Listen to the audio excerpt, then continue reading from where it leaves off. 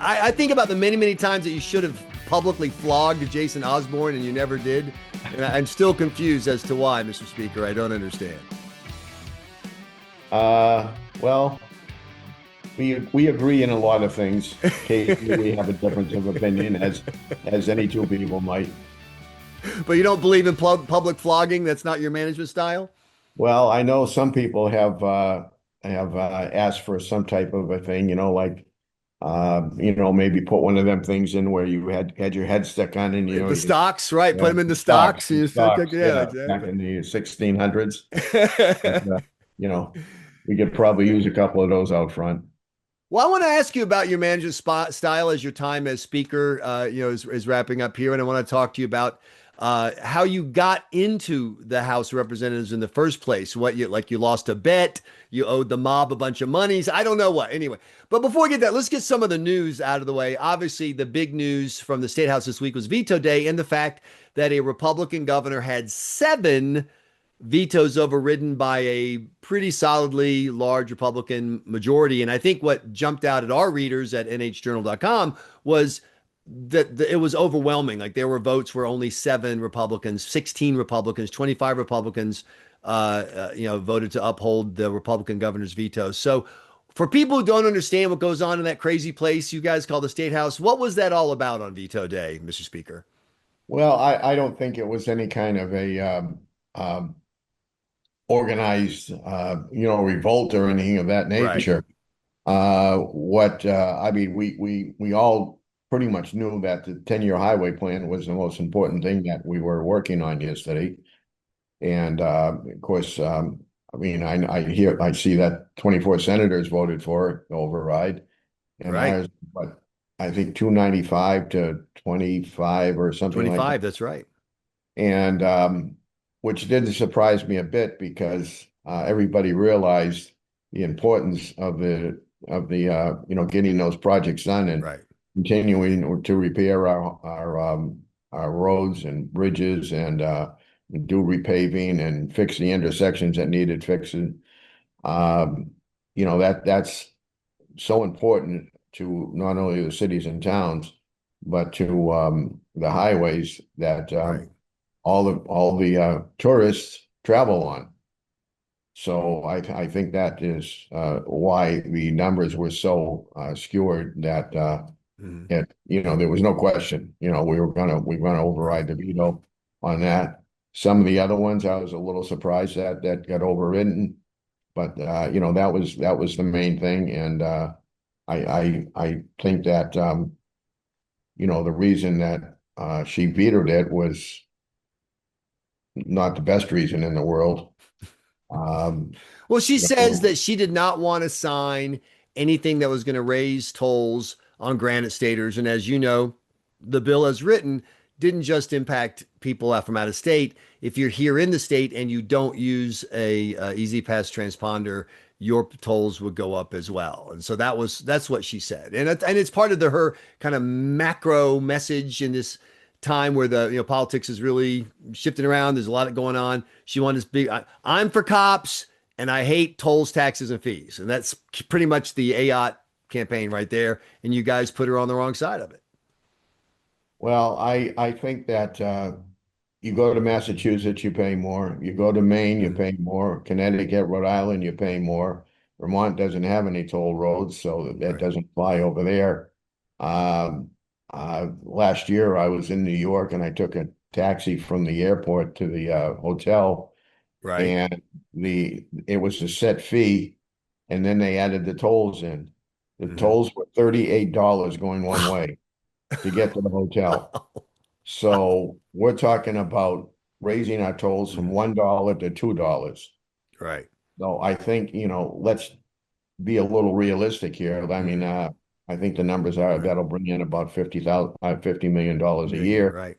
And that'll go a long ways in helping us repair the roads and bridges that we need repairing. And so I have one last question on this, and I want to move back to that 50 million you just mentioned and the concept of spending and responsible government. But the big picture question I think people are asking is, what is the relationship between this Republican governor, first term, and the Republican controlled legislature? Obviously, last year you had the kind of open warfare that broke out between Senate President Carson and the governor. You've been through the House. You've seen a lot of governors, both parties come and go. How would you describe the working relationship between the two of you? Well, I mean, obviously we disagreed on a few issues, but Mhm. other than that, I think personally, my relationship with her has always been good. Right, I mean, when she first ran for Senate, I mean, I supported her right away. right, Uh, I think I think overall she's been a good governor. We disagreed obviously on some issues, and this was sure. the main issue. But I think I've always had a good working relationship with Governor Ayotte, and hopefully that uh, she will be reelected, and the next speaker will have the same good working relationship with her. I mean, obviously, Uh, we're gonna disagree on certain issues, but sure. I think on all the major issues that we pretty much agree on. Well, we'll see if Speaker Simpson has that good working relationship across the aisle with her next. I'm kidding. A little humor there for you, Speaker Packard. We'll get to that too. So you mentioned $50 million from the toll and how important that is for the revenue that's going to be needed for these repairs, et cetera. And that came up recently during a conversation that the NHJournal is having with somebody who's arguing that the state should follow the Claremont guidelines that have kind of emerged from all the court cases when it comes to school spending. They should step up and spend this ballpark $500 million more at the state level and provide relief at the local level. And I said to them, do you see the fight they're having over $50 million? And you're saying you want the state to just step up and spend another $500 million? Do you think, Speaker Packard, people understand how tight the budgets are at the state level, and that when they say the state should just pay it, that it's not California where there's 1,500 different kinds of revenue and you can just take a revenue bucket and say we'll get it out of there. Do you agree with me that people don't understand I saying the think state should just pay for X means, well, then you got to go out and find another way to get state revenue because the state doesn't have that kind of revenue. I think realistically, the average citizen out there really doesn't comprehend what it takes to put a budget together of our Right. size. And I mean, I think I'd have a hard time comprehending what California spent on putting a budget together.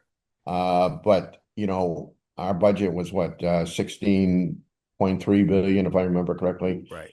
And you know, it's extremely difficult, especially when you're doing a 2-year budget, Mhm. to get the revenues right.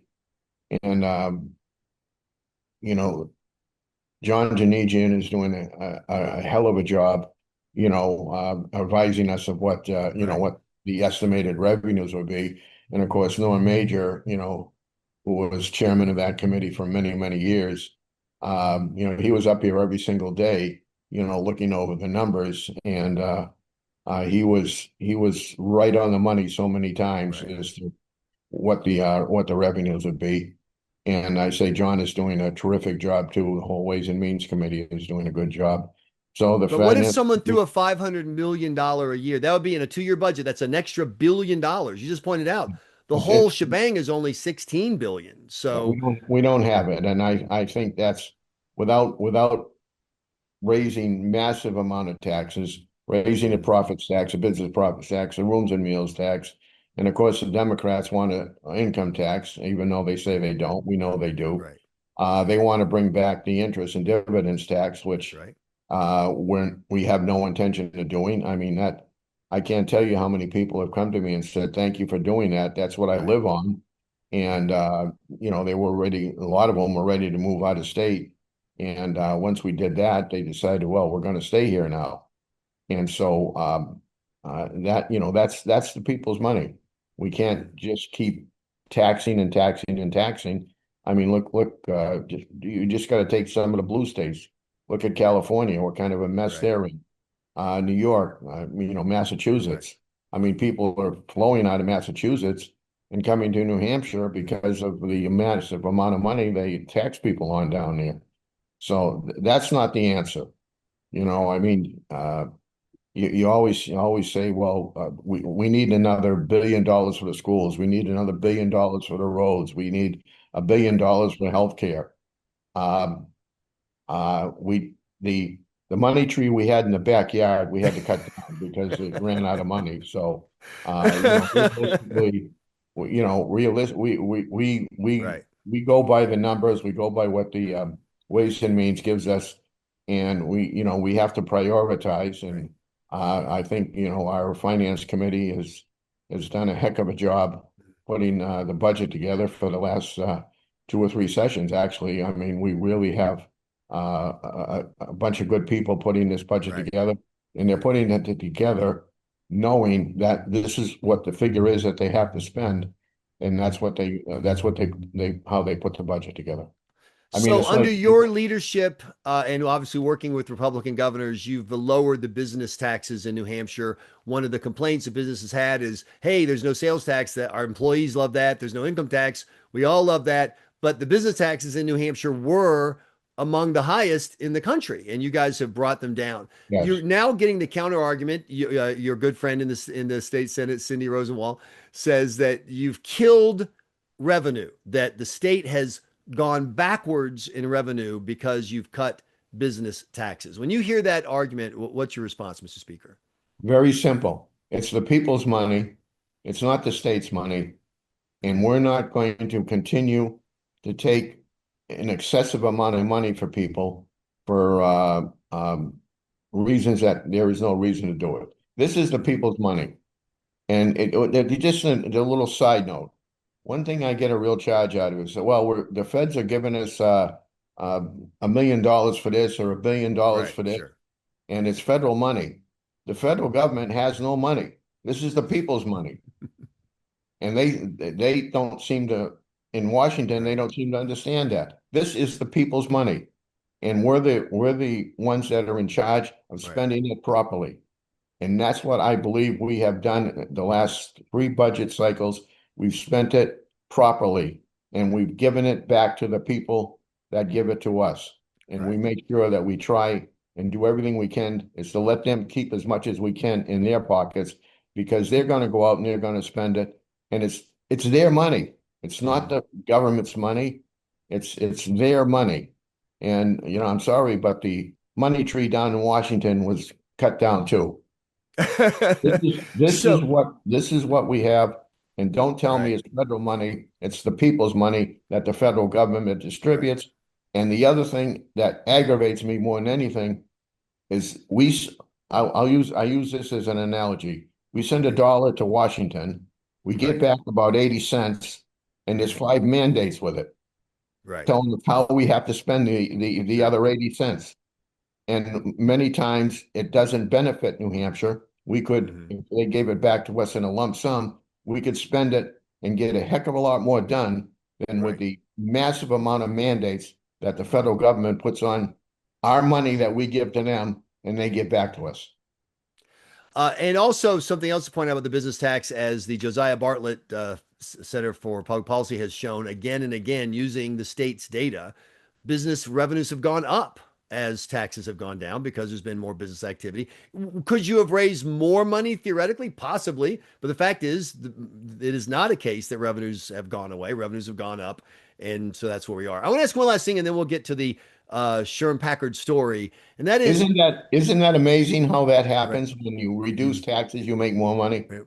Boy, It is amazing. Well, but in what a particular, concept. when the tax is already too high, this is the thing that people didn't understand. They thought, well, because there's no income and sales taxes, the business taxes in New Hampshire, it must be a great business climate. And I remember when I was doing talk radio in Boston, these reports would come through, and I'd look at New Hampshire and go, why is New Hampshire like 47th for starting new business? And someone would explain to me, have you ever gone up there? They don't take it from your loaf of bread or your gallon of milk or t-shirt, you're buying a Walmart. They get it from businesses. And now you have no income tax, no sales tax, and competitive business taxes. Not the lowest, not the highest, but competitive. And maybe people like that, maybe they don't, but that's what really happened.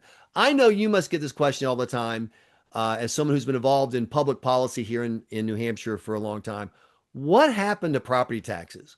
Why have property taxes gone from, I don't like that they're so high, but at least I don't have an income tax, to now where people are pulling their hair out going, holy crap, look at my property tax bill. What happened, Speaker Packard? The bottom line is 75, roughly 75, 80% of your property tax bill is for schools. Mhm. We all realize that we have to make sure that our kids get a good education. Right. And when we put the EFAs in, what was it, in 21, I think the 21 budget, if I remember correctly, we did that so people would have a choice as Right. to where they felt the best place to send their child was and to get the best education they could. Right. And it aggravates me so much when I hear teachers unions and it say, oh, they're not learning and they're not doing this and Right. blah, and it's blah, blah, blah. All they're trying to do is protect their jobs. Right. And the fact of the matter is, by doing what we've done, and I think we're one of the leaders in the country on Mhm. trying to make sure our kids get the proper education. And another thing, I think it was 10 or 12 years ago, we had something like 210,000 students in the school Right. in the school system. That's right. Right now, we're about 160,000. Mhm. And I know in my town alone, we've lost hundreds, from when it was Right. at its peak, Sure. we're hundreds of students less. And I know our school board, and I know most of the members on the school board, and they try and do a good job. But each year, our school budget Right. still goes up. And that's just look at Claremont. Mhm. How did you lose $5 million? I mean, it was like somebody stuffed it in a suitcase and buried it in your backyard. Where did the $5 million Sure. go? So the majority of the money is the thing, and I think the cities and towns have just got to get together and make sure that the kids get a good education. Mhm. But in the same respect, we have to understand that if we're down 50,000 students, something's Right. got to give. I mean, if we had 100 teachers to teach 5,000 kids in Town A, Right. and now Town A has 300 kids, why do Right. we need the same amount of teachers? And then we hear, well, it's the overhead, it's the lights, it's the heat, and the maintenance and all that. Right. Well, you can buy that up to a point, but still, I think, reality has to set in, and we have to, again, we have to make sure the Right. kids get a good education, but we have to maybe start being a little bit Right. more stringent when we're voting on school budgets, in our individual cities or towns. Look, Mr. Speaker, if you took 10 friends out to your favorite restaurant for a big dinner and the bill came back and it was $500, and then the next year you took 6 friends to that same restaurant and the bill was $550, you'd go, whoa, whoa, how did it go up? And how come I only had 6 people? And if they came back and said inflation, I don't know that you'd buy that. Now, obviously, if you're taking them out, Mr. Speaker, it's going to be Burger King. And so it's going to be like $70, but whatever. It's just still a delicious meal. And we appreciate you taking us You, out. you, you So. just you just spent my whole year's salary. So let's talk about that. What were you thinking when you said, you know what? I'm going to go file the paperwork so I can run for the state House of Representatives and collect that cool $100 a year to go up to Concord and have people yell at me. What were you thinking that first time, Mr. Speaker?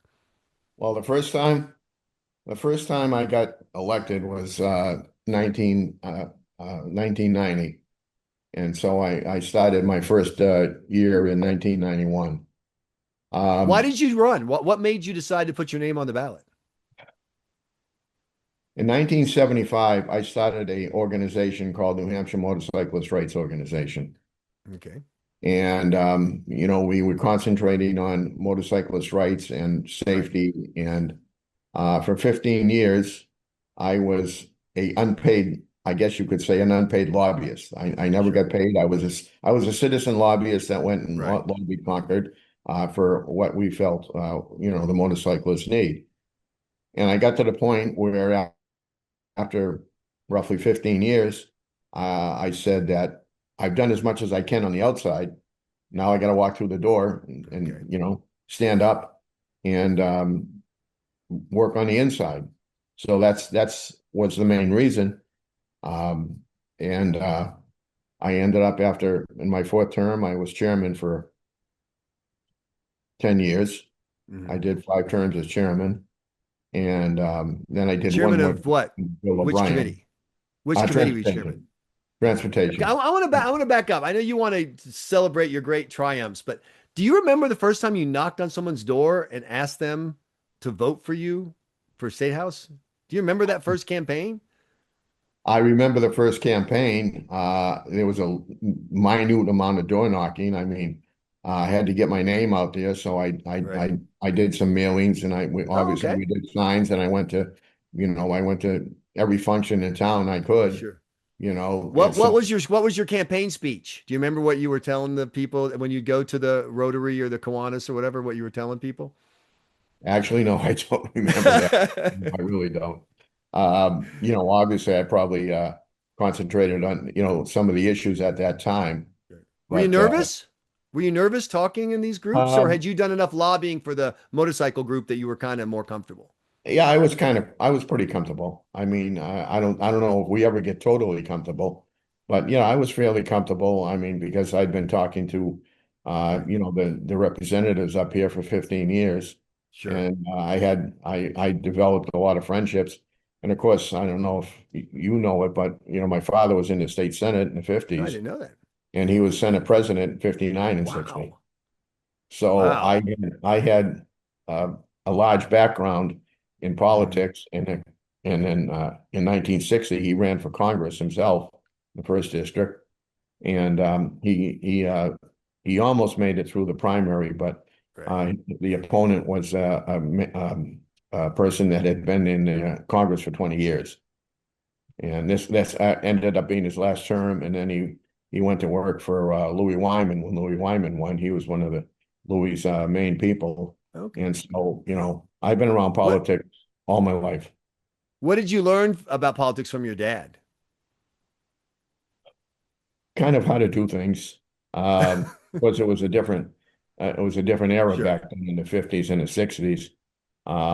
We didn't have all the stuff that is out there today, especially social media. So Exactly. you didn't have to worry about saying something and it being distorted in social media 5 minutes Sure. later.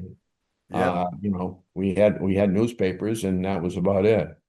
But I mean, I've talked to a lot of different speakers in this country and Mhm. over the past 6 years, and I think to a T, both parties, whether they be a Democrat or Republican, they all say the same thing, that social media has been one of the biggest problems that Right. they're having and legislators are having because of the misuse of it. Sure. Where people get on it and they say something absolutely stupid or offensive or Right. nasty, and then you've got to deal with it. And it's I mean, we see it in the hall. Sure. Somebody's making a speech and within 2 minutes it's on social media. Right. So and so said this, and and sometimes it's totally taken out of concept, Right. but it's I wouldn't say destroying things, but it certainly isn't helping the situation when somebody spends 24 hours a day, Right. texting and Sure. TikTok and all that other stuff. Sure. As So opposed to having conversations, trying to figure out where you can agree, disagree. Maybe while you're talking, you say something the wrong way. It just comes out dumb because we're all human and we make a mistake. Back in the day, no one would know you said something that dumb and you could step back out of it and figure out what you wanted to really say. And not anymore. Those you yeah, don't get those mulligans anymore. it has changed legislators and Mhm. how they have to do things. And I mean, personally, I think it's changing society as a whole. Right. I guess somebody higher up was going to have to make that determination as to where this thing will end if it Right. ever does. I mean, who knows what's going to happen 50 years from now, Exactly. You mentioned your dad lost the race for Congress. Have you ever lost a race? The first time I ran in '88, and I did lose my first time I ran for the House. Was it a learn did it feel bad? Was it a bummer? Did it almost cause you to not run again? Or was it a learning experience that inspires you to say, hey, I can do better next time? It was kind of a learning experience, and I felt that I had a good chance the second time around, and I That's did. that's one of the things that think is so bizarre about New Hampshire politics, particularly at the state, governor, federal level, is how rarely you see people run, learn, and then come back and run again. There's a lot of one and done. I mean, you look at the people who've run for governor as the Democrats going back to when Chris Sununu first won in 2016. It's no repeats. And Cindy Warmington lost the primary. This is kind of the closest example we have to it. I'm kind of surprised. Normally in other states, you'll run for Congress and you'll lose, but you'll have built a list, you'll have gotten more comfortable speaking, you'll have more fundraising, you won't make the same dumb mistake. You'll make new mistakes, but not the same dumb mistakes, and then you have another shot. Why do you think it is that it's so one and done here? Well, I think the reality is, as you said earlier, we get $100 a year. I mean, we're realistically, Right. we're the only citizen legislature left in the country. Right. And all the other states have a different method of payment. I think there's only one that doesn't get any salary, and that's New Mexico. But they get a pretty good per diem per day. Ah, okay. So when I was down there a few years ago when I was talking to the majority leader, and he says, "Well, we're Hang the on. I'm sorry. I citizens." hate to interrupt you. I just got a phone call in. Representative Ellen Reed is asking for more information about this New Mexico thing. So maybe you can reach out to her. I'm sorry. Go ahead. I apologize. I'll get back to Representative Reed later. Anyway, Good but you were one. saying. I was talking to him, and he said, "Well, we're a citizen legislature." He says, "We don't Right. get paid." I said, "Well," I said, "I kind of disagree with you." I said, "We have the only citizen legislator left." He said, "But Right. yeah, but you get paid." I said, "We get paid $100 a year." I said, "What's your per diem per day?" It was almost like double. He said, "Yeah, I guess we are the only citizen legislature left in the country." Wow. Some legislators pay 10, 15, 20,000, and then they get per Sure. diem. New York is the highest at 140,000 base salary. And Unbelievable. and then in New York and like Massachusetts and places like that, Mm, you've got your base salary, and then if you're in leadership or exactly. the chairman or anything else, Right. you get a pretty good bump. When I was talking to the speaker in New York, and he said, "Well, our base is 140,000," and I think he said he gets an extra 40,000 being speaker. Wow. So, well, that would take me about what 200 years to make this.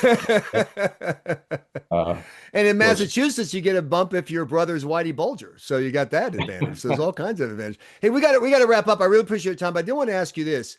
The piece of legislation that you worked on that you were the most proud of, win or lose, the bill that you worked on that you're the most proud of during your time in the state house. I'd say the thing that has made the biggest difference in people's lives is the session before I actually got elected myself in '89. Mhm. I had legislation introduced and we got it passed that set up the motorcycle education training program in the Department Okay. of Safety. Right. And we're running about 3,000 people a year through that training program right now. Mhm. And there's no question that we've saved hundreds of lives and probably Right. prevented thousands of accidents because of that program that the Department of Safety puts on. So I would say probably that has the biggest impact on people's lives, but there's been numerous other pieces of Right. legislation. I also was chairman when we instituted the graduated licensing program for teenagers. So that also made a Right. big difference.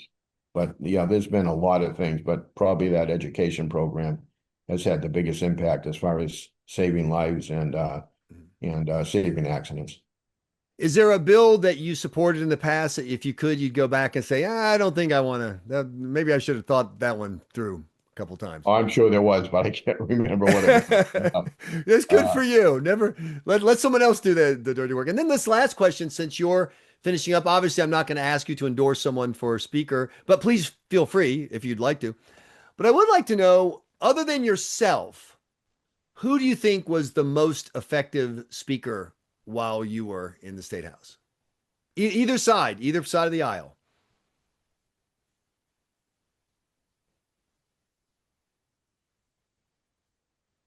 I'd probably say the most, boy, that's really a tough question.